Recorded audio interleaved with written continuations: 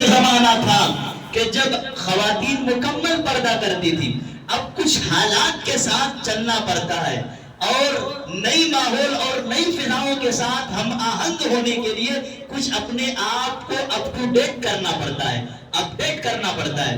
یہ ماحول کا رونا رونے والے اور حالات کو عذر بنا کر کے اپنے آپ کو گناہوں کے اندر ملوث کرنے والے میرے بھائیوں، ذرا سوچو کہ وہ اللہ والے کیسے اس کائنات کے اندر سے گزرے گئے جن کے لیے ماحول بہت برا تھا، لیکن برے ماحول کے اندر انہوں نے اپنے دامن کو داغدار نہیں ہونے دیا۔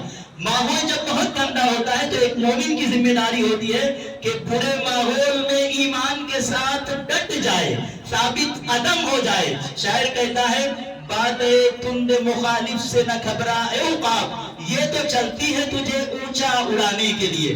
حالات برے ہوں، حالات غلط ہوں، حالات مخالف ہو، تب تو ہماری زیادہ ذمہ داری بن جاتی ہے کہ دین پر ثابت قدم رہے۔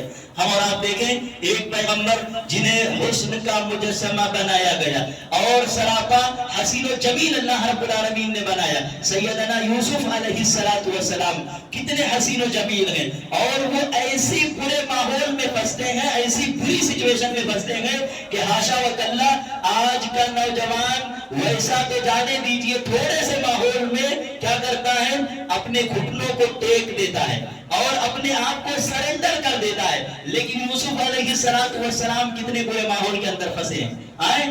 وہ ملک کی ملکہ ہے، اس نے اپنے دام فریب میں حضرت یوسف علیہ السلام کو بہکانا چاہا، برائی پر آمادہ کرنا چاہا۔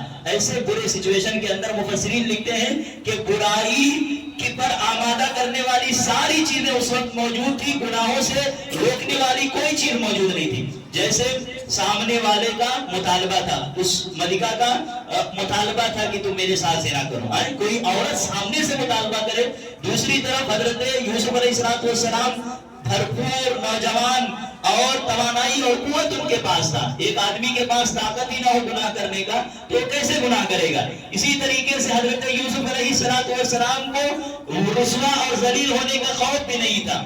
ہم اپنے گاؤں کو چھوڑ کر کے کہیں ایسے علاقے میں چلے جائیں کوئی پہچان والا نہ ہو تو ہمارے دل سے یقیناً یہ ڈر نکل جاتا ہے کہ اگر کبھی بدنام ہوں گا تو کم سے کم ہمارے گھر والوں کو نہیں پتا چلے گا۔ ان ساری سچویشن میں سیدنا یوسف علیہ السلام یہ نہیں کہتے ہیں کہ کیا کریں جی ماحول ہی ایسا ہے، بلکہ کہتے ہیں قال معاذ اللہ انہ ربی احسن مثواي انہ لا یفلح الظالمون۔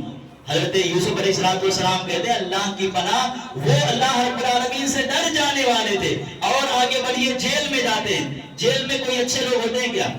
جیل میں کرائم کرنے والے کرمنلز جاتے ہیں، گنڈے ٹائپ کے لوگ جاتے ہیں، وہاں پر جا کر کے آدمی عام طور پر بگڑ جاتا ہے۔ لیکن حضرت یوسف علیہ السلام کا کردار دیکھیے، آج ماحول کا رونا رونے والے اپنی شادیوں کے اندر یہ ماحول اور اس بات کو ہم حضور کو پیش کرتے ہیں کہ کیا کرے جی مولوی صاحب ماحول ہی ایسا ہے، شادی میں خرچہ کرنا پڑتا ہے، اتنی چیزوں کا مطالبہ کرنا پڑتا ہے، دان دہیج دینا پڑتا ہے، ورنہ ہماری بچیوں کی شادی نہیں ہوگی۔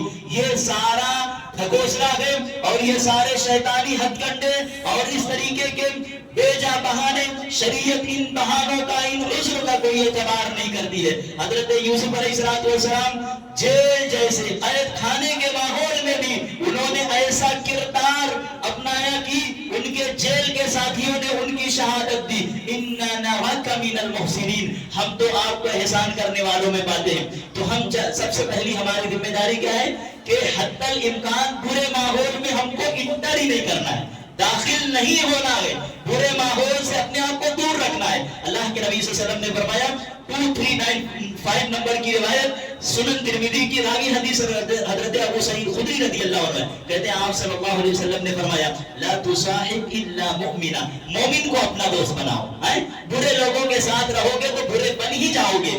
مومن کو اپنا دوست بناؤ، مومن کے ساتھ دوستی کرو، اٹھنا بیٹھنا تمہارا ایمان والے کے ساتھ ہو۔ یہاں پر جو کمیٹی چلتی ہے عبد البشیر بھائی اور ان کے ساتھ جو لوگ ہیں، نیک لوگوں کو اپنا دوست بناؤ۔ وَلَا يَأْكُلْ طَعَامَكَ إِلَّا تَقِيٌّ، اور تمہارا کھانا متقی کھائے۔ جب ڈش سجے گا، دسترخوان ہمارے گھروں کے اندر لگے تو نیک لوگوں کو اور متقی لوگوں کو، اور متقی میں نے شروع میں بتایا کون ہے متقی؟ سب سے زیادہ متقی؟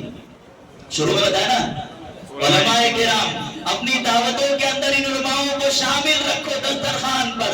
وَلَا يَأْكُلْ طَعَامَكَ إِلَّا تَقِيٌّ، تمہارا کھانا صرف متقی کھائے. تو سب سے پہلی ذمہ داری ہے کہ ہم برے ماحول کو اوائڈ کریں، اس سے اپنے دامن کو بچا کر کے چلیں. سورہ توبہ 119 نمبر کی آیت، اللہ رب العالمین فرماتا ہے یا ایھا الذین آمنوا اتقوا اللہ وکونوا مع الصادقین. اے وہ لوگ جو ایمان لائے ہو، اللہ سے ڈرو، اللہ کا خوف، اللہ کی خشیت اور ڈر اپنے دلوں کے اندر بساؤ اور نیک لوگوں کے ساتھ ہو جاؤ. تو پہلی ذمہ داری کہ برے ماحول میں داخل نہیں ہونا ہے، اور کبھی اگر مجبوراً داخل ہو گئے ہیں تو ہمیں اس برے ماحول میں اپنے دامن کو بچا کر کے رکھنا ہے، جیسے حضرت ابراہیم علیہ السلام نے بچایا.